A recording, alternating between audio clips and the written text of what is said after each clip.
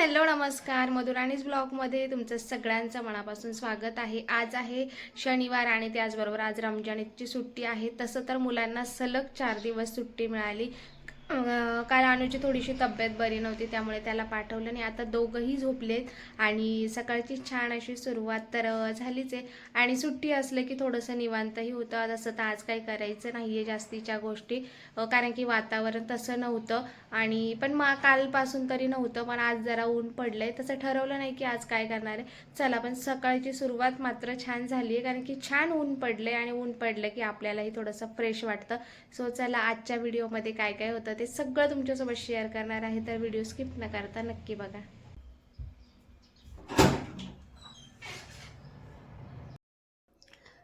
तर ही आहे बॉटल आणि ही आहे लिक्विड फर्टिलायझर आहे। हे कुठल्याही एखाद्या मग्ग्यामध्ये किंवा कशामध्येही टाका तुम्ही। एक मोठा जर मग्गा घेतला त्याच्यामध्ये 3 ते 4 ड्रॉप टाकायचे आणि जे काही रूट आहे ना त्याला आपण हे टाकणार आहोत, जेणेकरून त्या जे काही ऑर्गॅनिक आहे आणि मस्त अशी ग्रोथ होते। आणि या दिवसात असंही चैत्र महिना लागलाय, चैत्रामध्ये पालवी फुटते झाडांना त्याचबरोबर, पण मग आपल्या झाडांसाठी आपल्याला थोडीफार माती तशी नसते, त्यामुळे हे गरजेचं आहे। सो चला, आता आजच्या व्हिडिओमध्ये तुमच्यासोबत मी हे शेअर करते।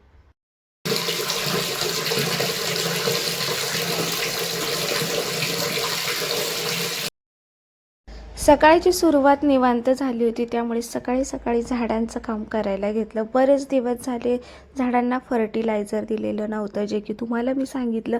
हे मी मिशोवरनं घेतलेलं होतं। 3 बॉटल्स यामध्ये आलेल्या होत्या आणि बरेच दिवस झाले, साधारण महिन्यातून मी एकदा देते। खरं तर फर्टिलायझर जे आहे ते 15 दिवसातून द्यायचं। त्यामध्ये बरेच प्रकार आहे, जे की पावडर फॉर्ममध्ये असतं, एक NPK असतं, लिक्विडमध्ये असतं आणि नॅचरली जे आहे ते जसं की केळीची साल असतात ती भिजवून ते मी देत असते। त्यामुळे हे जे तुम्हाला दिसतंय ना ते फर्टिलायझर मी बरेच दिवस झाले दिलेलं नव्हतं, त्यामुळे म्हटलं चला आज देऊया।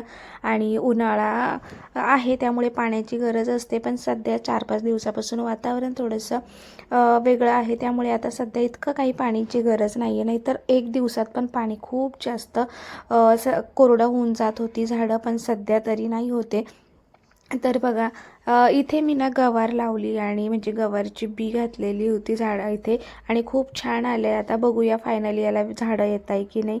आणि त्यानंतर अशी माझी झाडं मस्त अशी ग्रो होत आहे। आणि ही गोष्ट तर मी पहिल्यांदाच बघितली की झाडाला एकच पान आहे पण कळ्या मात्र 3 आहे। हे आहे मोगऱ्याचं झाड, जे की तुमच्यासोबत मागे शेअर केलं होतं की मोगऱ्याच्या काड्या आणल्या होत्या आमच्या शेजारच्यांनी, ते मी लावलंय। सो ते आलं आणि इकडे झाडांचं वगैरे झाल्यानंतर आंघोळ झाली, सगळे रेडी झाले आणि आज खूप दिवसांनी नाश्त्यासाठी आम्ही बनवणार आहोत पिझ्झा। सो बघूया कसा बनतो। म्हणजे याच्या आधी भरपूर वेळा बनवलाय, पण इतक्यामध्ये आम्ही काही पिझ्झा वगैरे बनवला नव्हता। म्हटलं चला आता सुट्टी पण आहे, हो दोन्ही बनवणार, एक तुला एक दादाला। सो दोघांना एक असा छान पिझ्झा बनवून देते नाश्त्यासाठी। नेहमी नाही पण कधीतरी असं छान वाटतं वेगळं काहीतरी, आणि मुलांनाही थोडंसं वेगळं म्हणून। सो हे पिझ्झा बेस आणलेले आहे, टोमॅटो केचप,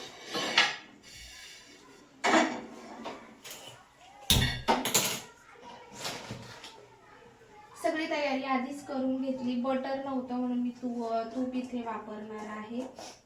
सो तूपही आता घरी बनवायचाच आहे मला आज तूप, पण सध्या आता घाईमध्ये चलो हे आणलेलंच होतं म्हणून आता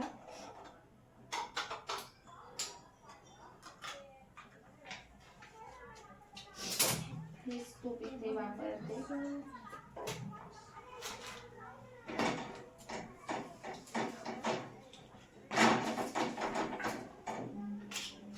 पिझ्झा बेस आपल्याला दोन्ही बाजूंनी थोडेसे भाजून घ्यायचे सगळ्यात पहिले।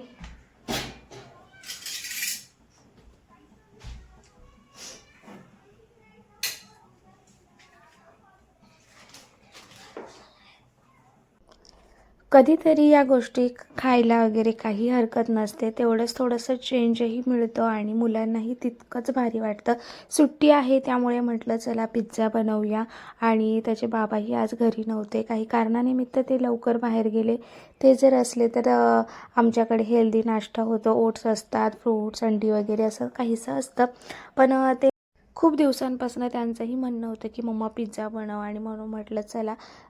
तोपर्यंत ते उठले होते. मी गावात जाऊन फटाफट हे सामान घेऊन आले, आणि छान असा होता आहे. तर 2 पिझ्झा बेस आहे. शिवांशचं म्हणणं होतं की मम्मा 2 पिझ्झा बनव. म्हटलं हो 2, आणि दादाला आणि तुला दोघांसाठीही बनवणार आहे. सो पहिला पिझ्झा होता तो शिवांशसाठी, तो जास्त स्पायसी खात नाही, त्यासाठी हा जो फक्त केचपवाला आहे तो त्याच्यासाठी.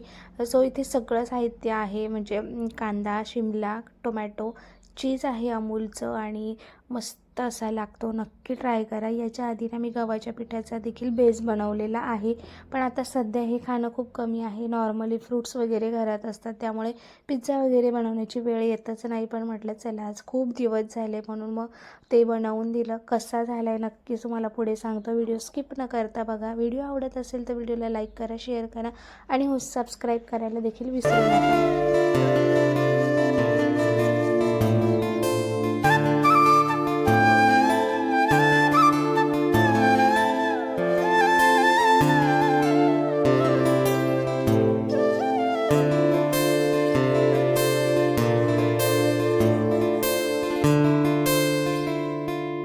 तर एक पिझ्झा इकडे लो टू मीडियम फ्लेमवरती गरम व्हायला ठेवला आहे, कारण की तसं चीज मेल्ट झालं पाहिजे. खालच्या बाजूने जो बेस आहे ना तो छान असा क्रिस्पी होतो, आणि असाच पिझ्झा खायला भारी लागतो.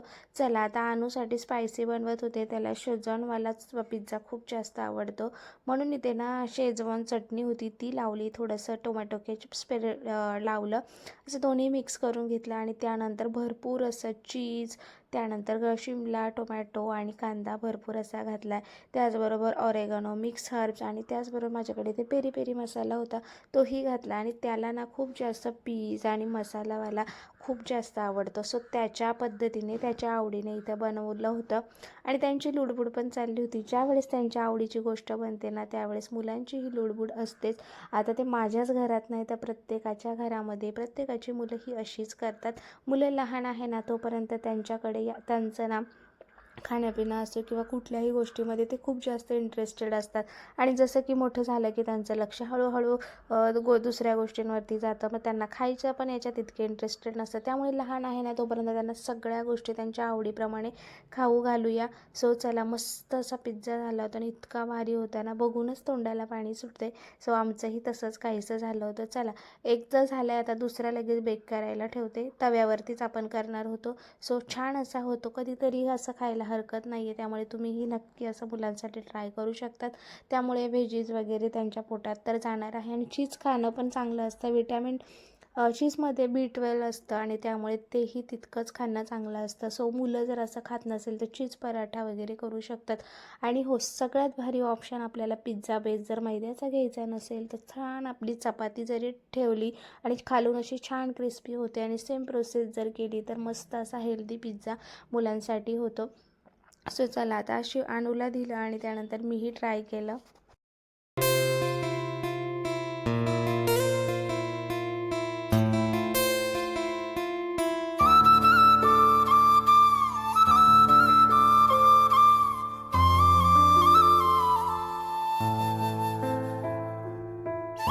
दोन्हीही पिझ्झांमधला एक एक पीस मी खाल्ला होता, आणि शिवांशचा तर भारीच होता, पण थोडासा तो गोडवाला होता, कारण की त्यात स्पायसी असं काही नव्हतं. पण हा पिझ्झा एकदम भारी झालेला होता, शेजवान चटणीवाला, जो की अप्रतिम लागत होता. आणि तो अनुने आणि मी एन्जॉय केला. त्यांना तर दोघांचे पिझ्झा खूप जास्त आवडले होते.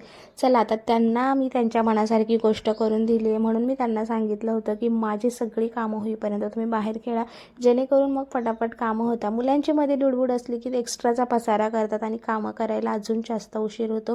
सो पिझ्झा वगैरे खाऊन झाल्यानंतर ते बाहेर खेळत होते, आणि तोपर्यंत मस्त असं मी घरातली सगळी कामं करून घेतली.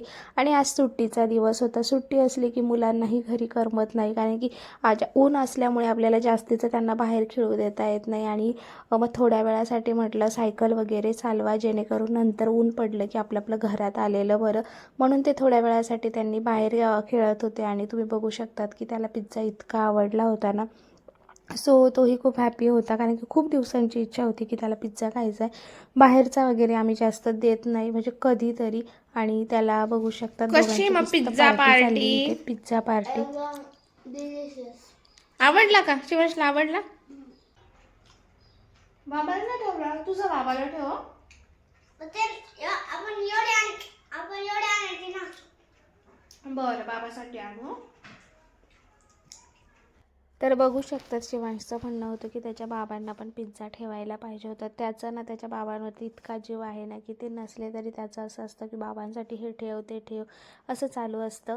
सो चला, मुलांचं ना म्हणजे आपण दिवसभर घरी असतो ना, त्यामुळे त्यांचा आपल्यापेक्षा त्यांच्या वडिलांवरती जास्त जीव असतो आणि हे प्रत्येक घरात होत असेल, कारण की घरी आले की त्यांची आपल्याबद्दलच्या कंप्लेंट्स वगैरे हे सगळं त्यांच्याकडे होत असतं. आणि चला, त्यानंतर ते बाहेर खेळायला गेले. सगळ्यात पहिले तर फटाफट कपडे वॉश करून घेतले आणि सध्या जसा उन्हाळा लागला आहे तसं मी एकदाही मशीन लावलेलं नाही आहे आणि म्हटलं चला काहीच गरज नाही आहे, कपडेही सुकत आहे आणि ती थंडी पण नसल्यामुळे इझी कपडे हाताने वॉश करता येतात आणि मलाही छान वाटतं आणि तितकीच आपली एक्सरसाइज होते. सो अशा पद्धतीने सध्याची कामं चालू आहे. आणि आज होतं रमजान ईद, त्यामुळे आमच्याकडे आमच्या शेजारच्यांनी आम्हाला मस्त असा शिरखुर्मा दिला होता. सो दुपारी तो एन्जॉय केला. दुपारचं जेवण झालं आणि त्यानंतर मस्त अशी तेल लावलं, कारण की उद्या हेअर वॉश करायचा होता आणि मस्त जेवण वगैरे करताना त्या पिक्चर लावलेला होता सूर्यवंशम, तो बघत होतो आणि आमचा कधी 5 वाजले समजलंच नाही. आणि त्यानंतर हे तूप बनवायचं बाकी होतं आणि इतकं पटकन झालं ना यावेळेस, तर अजिबात वेळ झाला नाही. 2 ते 3 मिनटात मस्त असं तूप इथे रेडी झालं आणि याची रेसिपी बऱ्याचदा तुमच्यासोबत शेअर केलेली आहे. सो तुम्ही तेही बघू शकतात.